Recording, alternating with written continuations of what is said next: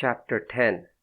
Don Croce was now fully aware of Turi Guiliano and full of admiration for him. What a true mafioso youth! He meant the usage, of course, in the old traditional form. A mafioso face, a mafioso tree, a mafioso woman, that is, a thing foremost in beauty in its particular form. What a mailed fist this young man would be for Don Croce! What a warrior chief in the field! Don Croce forgave the fact that Guiliano was at present a thorn in his side. The two bandits imprisoned in Montelepre, the feared Passatempo and the clever Terranova, had been captured with the Don's approval and complicity. But all this would be forgiven. Bygones were bygones. The Don never held a grudge that impaired his future profits. He would now track Turi Guiliano very carefully. Deep in the mountains, Guiliano had no knowledge of his growing fame. He was too busy making plans to build his power. His first problem was the two bandit chiefs, Terranova and Passatempo. He questioned them closely about their capture and came to the conclusion they had been betrayed, informed upon. They swore their men had been faithful and many had been killed in the trap. Guiliano pondered all this and came to the conclusion that the Mafia, which had acted as fences and go-betweens for the band, had betrayed them. When he mentioned this to the two bandits, they refused to believe it. The friends of the friends would never break the sacred code of omerta, which was so central to their own survival. Guiliano did not insist. Instead, he made them a formal offer to join his band. He explained that his purpose was not only to survive, but to become a political force. He emphasized that they would not rob the poor. Indeed, half of the profit the band earned would be distributed to the needy in the provinces around the town of Montelepre, reaching the suburbs of Palermo. Terranova and Passatempo would rule their own subordinate bands, but would be under Guiliano's overall command. These subordinate bands would not launch any money-making expedition without Guiliano's approval. Together they would have absolute rule over the provinces that held the great city of Palermo, the city of Monreale, and the towns of Montelepre, Partenico, and Corleone. He impressed upon them that they would take the offensive against the Carabinieri, that it would be the field police who would go in fear of their lives, not the bandits. They were astonished by this bravado. Passatempo, an old-fashioned bandit who believed in rape, small-time extortion, and the murder of shepherds, immediately began pondering how he could profit by this association and then murder Guiliano and take his share of the loot. Terranova, who liked Guiliano and was never more grateful for his rescue, wondered how he could tactfully steer this talented young bandit on a more prudent path. Ch10 was used to the grand ideas of his lifelong friend. He believed. If Turi Guiliano said he could do something, Aspanu Ch10 believed he could do it. So now he listened. In the bright morning sunlight that lit their mountains with gold, they all three listened to Guiliano, spellbound as he told how they would lead the fight to make the Sicilians a free people, uplift the poor, and destroy the power of the Mafia, the nobility, and Rome.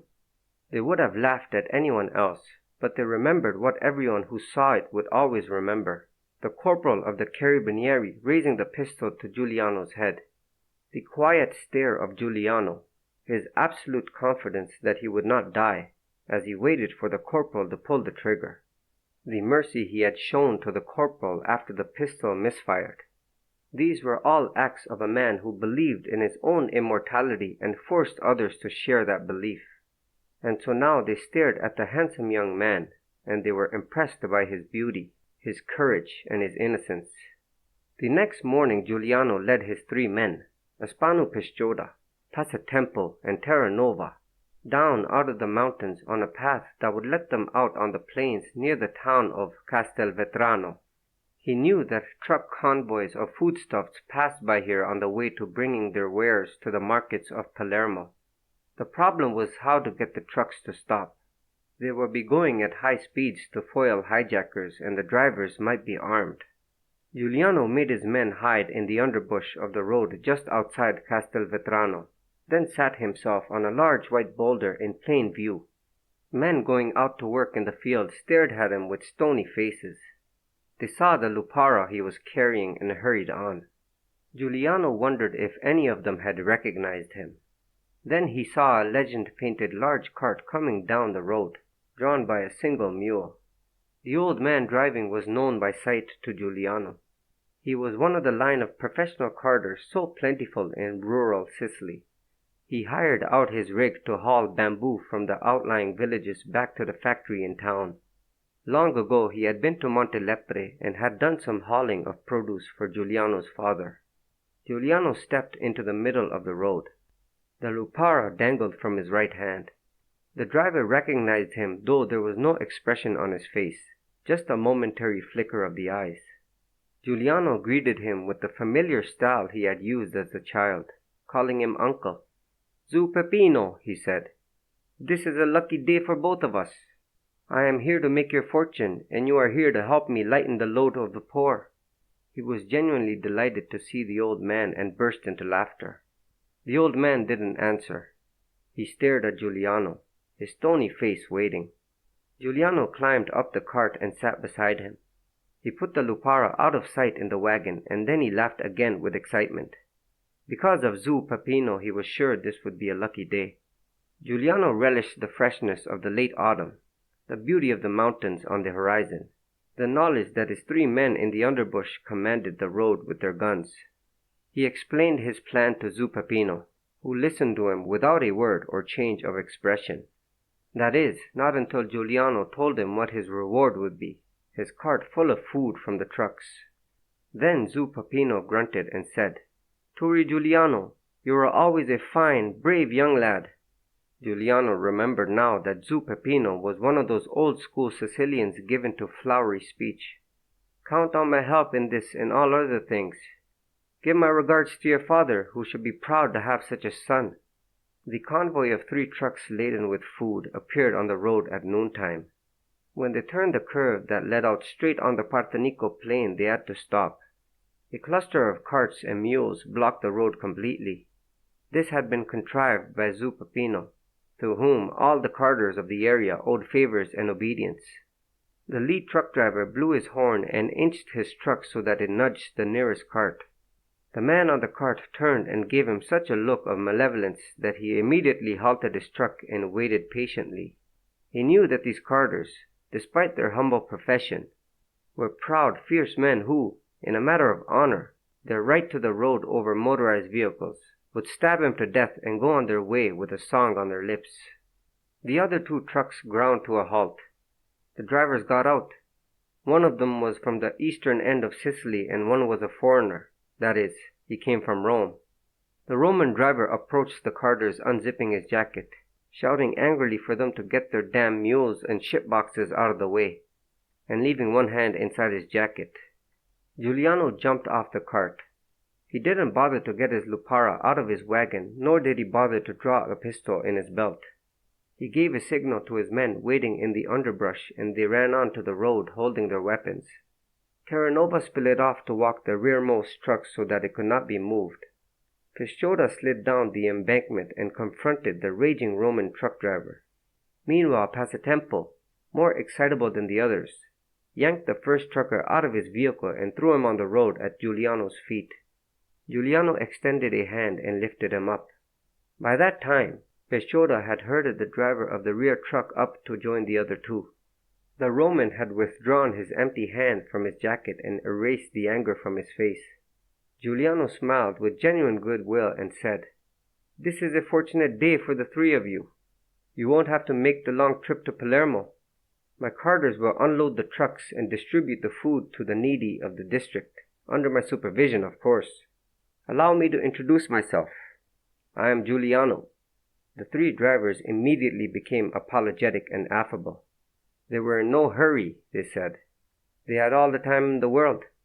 In fact, it was time for their lunch. Their trucks were comfortable. The weather was not too warm. Indeed, it was a happy chance, a stroke of fortune. Giuliano saw their fear. "Don't worry," he said. "I don't kill men who earn their bread by the sweat of their brow. You will join me for lunch while my people do their work, and then you will go home to your wives and children and tell them of your good fortune. When the police question you, Help them as little as possible, and you will earn my gratitude." Giuliano paused. It was important to him that these men should feel no shame or hatred. It was important that they should report their good treatment, for there would be others. They let themselves be herded to the shade of a giant boulder by the side of the road. They voluntarily offered Giuliano their pistols without being searched, and they sat like angels as the carters unloaded their trucks. When the carters were finished, there was still one fully loaded truck whose contents could not fit into their wagons. Giuliano put Pisciotta and Passatempo into this vehicle with the driver and told Pisciotta to deliver food to the farm laborers of Montelepre. Giuliano himself and Terranova would supervise the distribution of the food in the district of Castelvetrano and the town of Partanico. Later they would rendezvous at the cave on top of Monte Dora. With this one deed, Giuliano was on the road to winning the support of the whole countryside. What other bandit had given his spoils to the poor? The next day the newspapers all over Sicily had stories about the Robin Hood bandit. Only Passatempo grumbled that they had done a day's work for nothing. Pisciotta and Terranova understood that their band had gained 1,000 supporters against Rome. What they did not know was that the goods had been destined for the warehouse of Don Croce.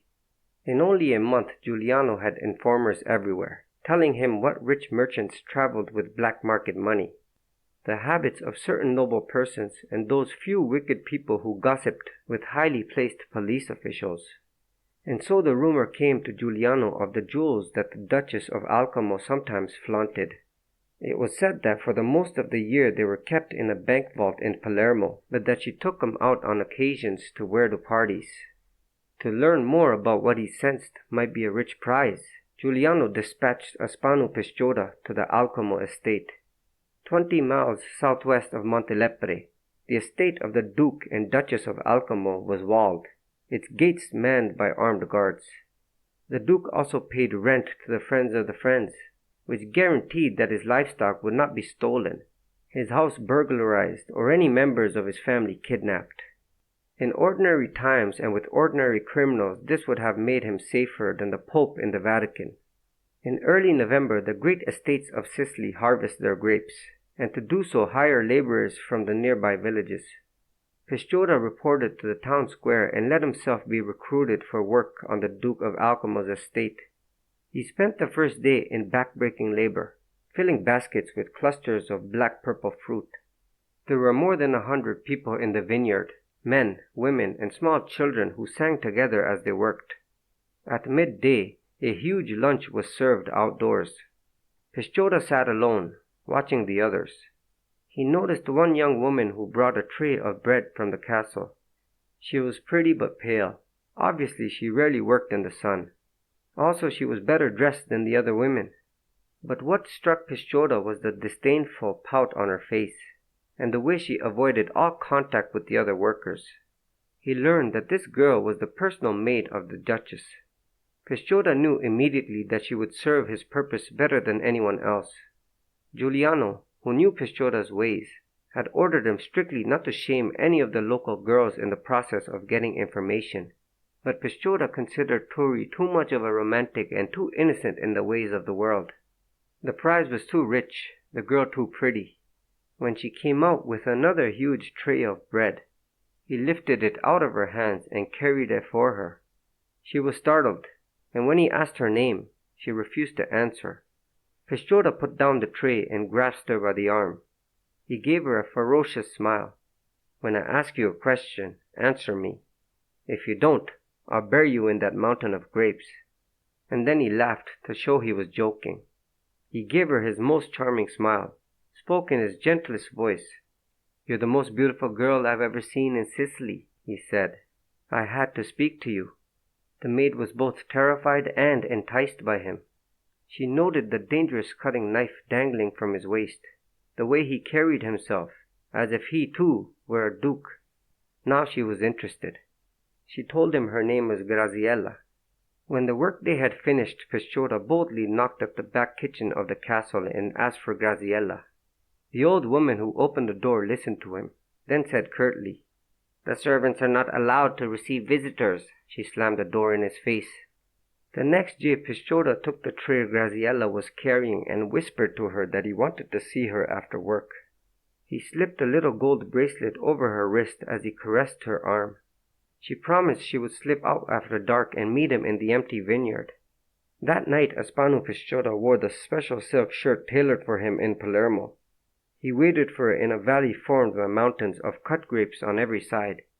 When Graziella came to him, he embraced her, and when she lifted her mouth to be kissed, he brushed her lips with his and put his hand between her legs at the same time. She tried to twist away, but he gripped her firmly.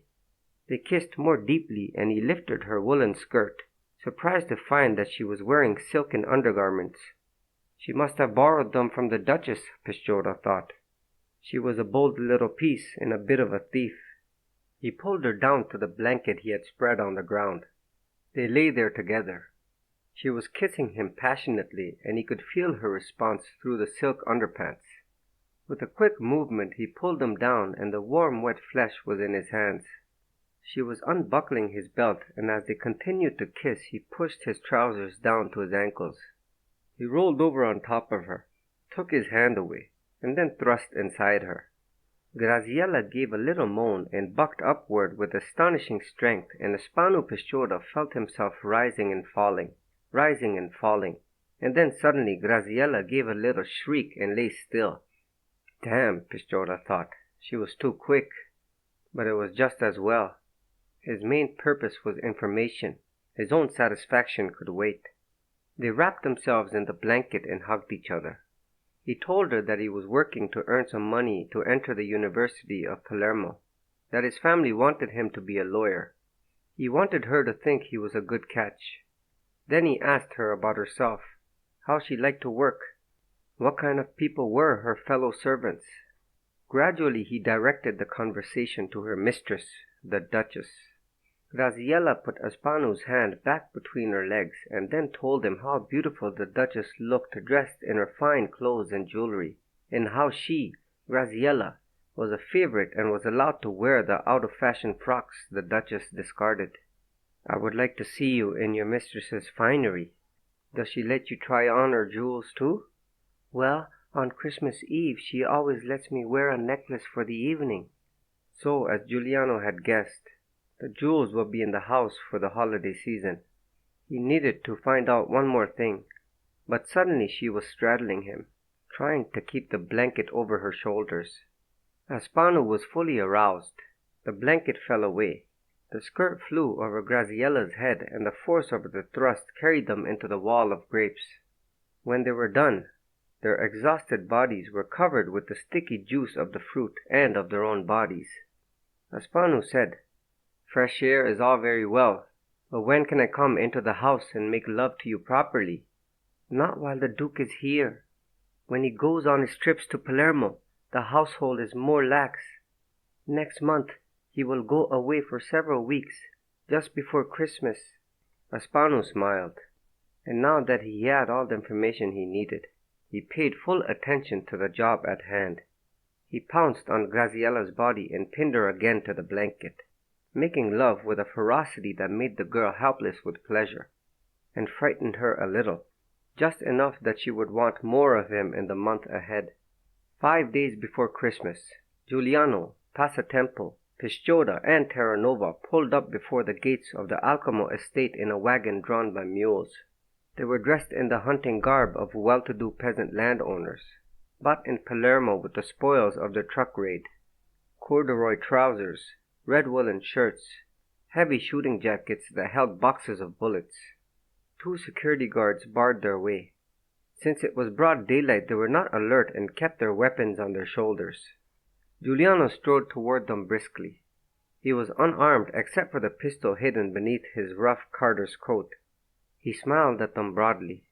"Gentlemen," he said, "my name is Giuliano, and I've come to wish your charming Duchess a good Christmas and beg for alms to help the poor." The guards were frozen with astonishment when they heard the name Giuliano. Then they started to swing their guns loose. But by that time Passatempo and Terranova had them covered with machine pistols. Ch2 relieved the guards of their guns and threw the weapons into the wagon. Passatempo and Terranova were left to stroll with the guards in front of the gates. The approach to the mansion consisted of an enormous stone courtyard. In one corner a group of chickens fluttered around an old woman servant scattering grain. Beyond the manor house, the 4 children of the Duchess were playing in a garden, supervised by governesses in black cotton dresses. Giuliano walked up the path to the house, Ch10 beside him. His information was correct. There were no other guards. Beyond the garden was a far larger piece of land, which served to grow vegetables and held a grove of olive trees. In this field 6 laborers toiled. He rang the bell and then pushed the door just as the maid was opening it. Graziella was startled by Ch10's appearance at the front door and stepped aside. Giuliano said gently, "Don't be alarmed. Tell your mistress we are sent here by the Duke on business. I must speak to her." Still puzzled, Graziella led them into the drawing room where the Duchess was reading. The Duchess waved the maid from the room, annoyed by the unannounced intrusion, and said sharply, "My husband is away. Can I help you?" Giuliano could not answer. He was stunned by the beauty of the room. It was the largest he had ever seen and, more amazingly, it was round rather than square. Golden drapes guarded the huge French windows. The ceiling above was hollowed to a dome and decorated with frescoes of cherubim. Books were everywhere, on the sofa, the coffee tables, and in special cases along the walls. Great massive paintings in rich oils hung on the walls, and huge vases of flowers were everywhere. Silver and gold boxes were scattered on tables that kneeled before massive stuffed chairs and sofas. The room could hold 100 people easily, and the only person using it was this solitary woman dressed in white silk. Sunlight and air and the shouts of the children playing in the garden came through the open windows. For the first time Giuliano understood the seductiveness of wealth, that money could create such beauty, and he was reluctant to mar that beauty by any crassness or cruelty. He would do what he must do and not leave a scar on this lovely scene. The Duchess, waiting patiently for an answer, was struck by this young man's handsome virility. She saw he was impressed by the beauty of the room, and she was a little annoyed that he did not notice her own beauty. She thought it was too bad he was so obviously a peasant and did not move in her circles, where a little innocent flirtatiousness would not have been inappropriate. All this made her say more charmingly than she ordinarily would, "Young man, I am so sorry, but if it's business about the estate you will have to come back another time. My husband is not home." Giuliano looked at her. He felt that flush of antagonism a poor man feels for a rich woman who is in some way asserting her superiority to him because of her wealth and social position. He bowed politely, noticing the spectacular ring on her finger, and said with an ironic submissiveness, "My business is with you. My name is Giuliano." But the irony of his submissiveness was not wasted on the Duchess, who was too accustomed to the slavishness of her servants. She took it as a matter of course. She was a cultured woman, interested in books and music, and took no interest in the daily affairs of Sicily. She rarely read the local newspapers. She considered them barbarous. So she only said courteously, "I am pleased to make your acquaintance. Have we met in Palermo? At the opera, perhaps?" Aspano Ch10, who had been observing the scene with amusement, laughed openly and strolled over to the French windows so as to intercept any servant who might come from that direction. Giuliano, a little angered by Ch10's laughter but charmed by the Duchess's ignorance, said firmly, "My dear Duchess, we have never met. I am a bandit. My full name is Salvatore Giuliano. I think of myself as the champion of Sicily, and my purpose in coming to see you today is to ask you to donate your jewelry to the poor so that they may enjoy and celebrate the birth of Christ on Christmas Day." The Duchess smiled unbelievingly. This young boy whose face and body aroused an unfamiliar hunger in her could not possibly mean her harm.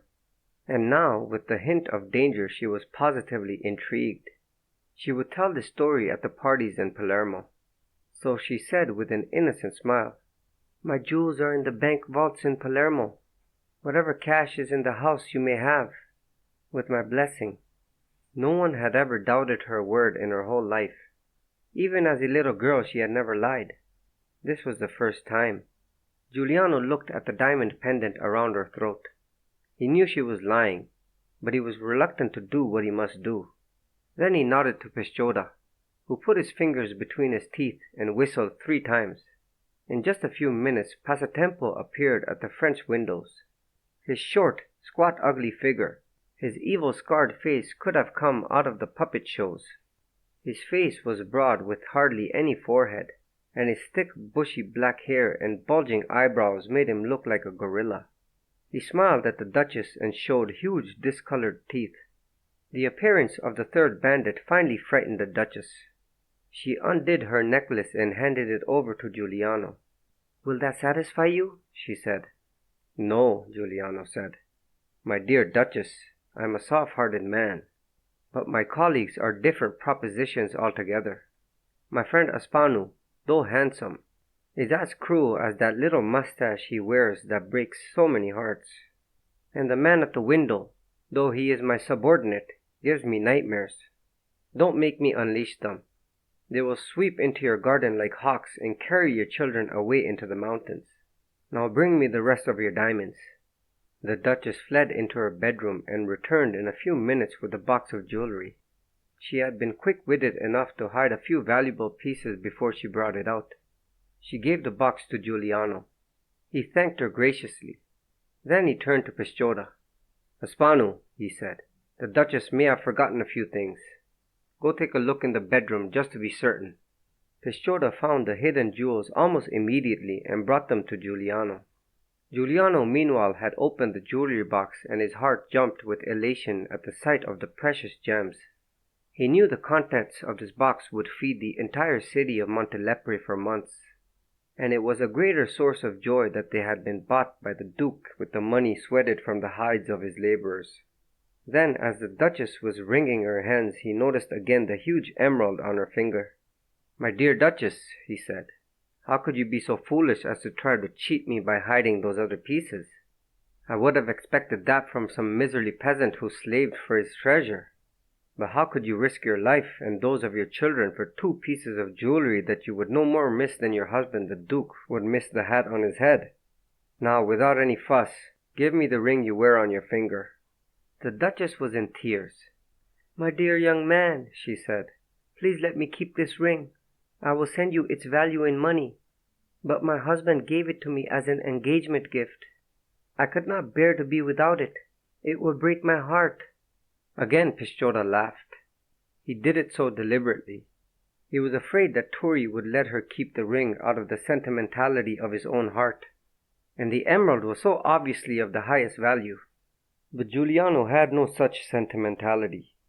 Pescioda would always remember the look in his eye when Turi took the Duchess's arm roughly and pulled the emerald ring off her trembling hand.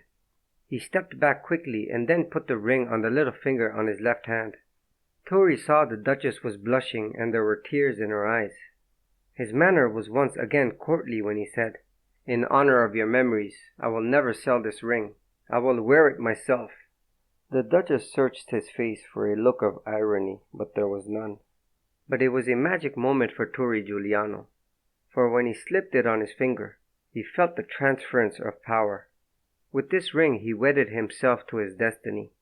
It was the symbol of the power he would win from the world of the rich, in which that pool of dark green, bounded by its circle of gold, still smelling of the perfume of a beautiful woman who had worn it without ceasing for many years, he had captured a tiny essence of life that could never be his. Don Croce listened without saying a word. The Duke of Alcamo was making his complaint to Don Croce in person. Had he not paid his rent to the friends of the friends? Had they not guaranteed his immunity against all forms of theft? What were things coming to? In the old days nobody would have dared. And what would Don Croce do now to recover the jewelry? The Duke had reported the theft to the authorities. Though this was futile, he knew and might displease Don Croce. But there was some other insurance to be collected. Perhaps the government in Rome would take this bandit Giuliano seriously. Don Croce reflected that it was time to take him very seriously indeed. He said to the Duke, "If I recovered your jewelry, would you pay a quarter of their value?" The Duke was furious. First I pay you rent to keep me and my possessions safe. Then, when you fail in your duty, you ask me to pay ransom.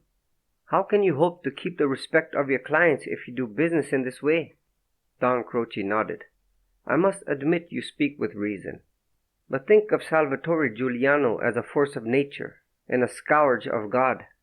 Surely you cannot expect the friends of the friends to guard you against earthquakes, volcanoes, floods. In time Giuliano will be controlled, I guarantee. But think, you pay the ransom I will arrange. You will have my protection without paying my usual rent for the next 5 years, and under the agreement Giuliano will not strike again. And why should he, since I and he presume you will have the good sense to keep these valuables in the bank vaults of Palermo? Women are too innocent. They do not know the lust and greed with which men pursue the material goods of this world." He paused for a moment to allow the slight smile that had appeared on the Duke's face to disappear. Then he said, "If you calculate the rent to pay for the protection of your whole estate for 5 years in the troubled times ahead, you will see that you have lost very little by this misfortune." The Duke did think it over. Don Croce was quite right about the hard times that lay ahead. He would lose more than a little by ransoming the jewels, despite the remission of 5 years' rent. Who was to say that Don Croce would be alive for another 5 years, or that he could contain Giuliano? But still it was the best bargain to be made. It would prevent the Duchess from wheeling more jewelry out of him in the years to come, and that would be an enormous savings. He would have to sell another piece of land, but his ancestors had been doing that for the generations to pay for their follies, and he still had thousands of acres left. The Duke agreed. Don Croce summoned Hector Adonis. The next day Adonis made a trip to visit his godson. He explained his mission. He was absolutely straightforward. "You won't get a better price even if you sell the jewelry to thieves in Palermo," he said. "And even then it will take time, and you certainly won't get the money before Christmas, which I know is your wish. And beyond that you will earn the goodwill of Don Croce, which it is important for you to have. You have, after all, caused him a loss of respect, which he will forgive if you do him this favor." Giuliano smiled at his godfather. He cared nothing for Don Croce's goodwill. After all, one of his dreams was to slay the dragon of the Mafia in Sicily. But he had already sent emissaries to Palermo to find buyers for the stolen jewelry, and it was clear that it would be a long and torturous process. So he agreed to the bargain, but he refused to give up the emerald ring. Before Adonis left, he abandoned finally his role as a teacher of romances to Giuliano. For the first time he spoke to him of the realities of Sicilian life. "My dear godson," he said, "no one admires your qualities more than I do. I love your high-mindedness, which I hope I helped instill in you. But now we must speak of survival. You can never hope to win against the friends of the friends. For the last 1,000 years, like a million spiders, they have spun a gigantic web all over life in Sicily. Don Croce now stands in the center of that web. He admires you. He wants your friendship. He wants you to grow rich with him. But you must bend sometimes to his will. You can have your empire, but it must exist in his web. One thing is certain. You cannot directly oppose him. If you do so, history itself will help Don Croce destroy you." And so the jewelry was returned to the Duke. Giuliano kept half the money from the jewelry to be distributed among Pescioda, Passatempo, and Terranova. They eyed the emerald ring on Giuliano's finger but said nothing, for Giuliano refused to take any of the money from the sale of the jewels. The other half of the money Giuliano was determined to distribute among the poor shepherds who guarded the flocks of sheep and cattle that belonged to the rich, the old widows and orphan children, all the poor around him. He gave out most of the money through intermediaries, but one fine day he filled the pockets of his sheepskin jacket with packets of lira notes. He also filled the canvas sack with money and decided to walk through the villages between Montelepre and Piani de Greci with Terranova at his side. In one village there were 3 old women who were almost surviving. He gave them each a packet of lira. They wept and kissed his hands. In another village was a man who was about to lose his farm and land because he could not make the mortgage payments. Giuliano left him enough to pay off the mortgage in full. In another village he took over the local bakery and grocery store, paying the owner for the goods, and distributed bread and cheese and pasta to all of the village people. In the next town he gave money to the parents of a sick child so they could take him to the hospital in Palermo and pay for the visits of the local doctor. He also attended the wedding of a young couple and gave them a generous dowry. But what he loved most was to give money to the ragged young children who thronged the streets of all the little towns in Sicily. Many of them knew Guiliano. They gathered around him as he distributed the packets of money, telling them to bring it to their parents. Guiliano watched them as they joyfully ran to their homes. He only had a few packets of money left when he decided to visit his mother before nightfall. Crossing a field behind his home, he encountered a little boy and a little girl who were crying. They had lost money entrusted to them by their parents and said the carabinieri had taken it from them. Guiliano was amused by this little tragedy and gave them one of the 2 packets of the money he had left. And then, because the little girl was so pretty and he couldn't bear to think of her being punished, he gave her a note for her parents. The little girl's parents were not the only ones who were grateful. The people in the towns of Borghetto, Corleone, Partinico, Moriale, and Piani de Greci began to call him the King of Montelepte to show their loyalty. Don Croce was happy despite the loss of the 5 years' rent from the Duke. For though Don Croce had told Adonis that the Duke would pay only 20% of the value of the jewels, he had collected 25% from the Duke and put 5% in his pocket. What delighted him even more was his satisfaction that he had spotted Guiliano so early and judged him so accurately. What a fine, upstanding lad! Who could believe that one so young could see so clearly, act so wisely, listen so temperately to older and wiser heads? And yet all this with a cool intelligence that guarded his own interests, which of course the Don admired. For who could wish to associate himself with a fool? Yes, the Don thought Turi Guiliano would be his strong right arm, and with time a beloved titular son. Turi Guiliano saw clearly through all these machinations around him. He knew his godfather was sincerely concerned about his welfare, but that did not mean he trusted the older man's judgment. Guiliano knew he was not yet strong enough to fight the friends of the friends. Indeed, he needed their help. But he was under no illusions about the long run. Eventually, if he listened to his godfather, he would have to become a vassal to Don Croce. This he was determined he would never do. For now, he must bide his time.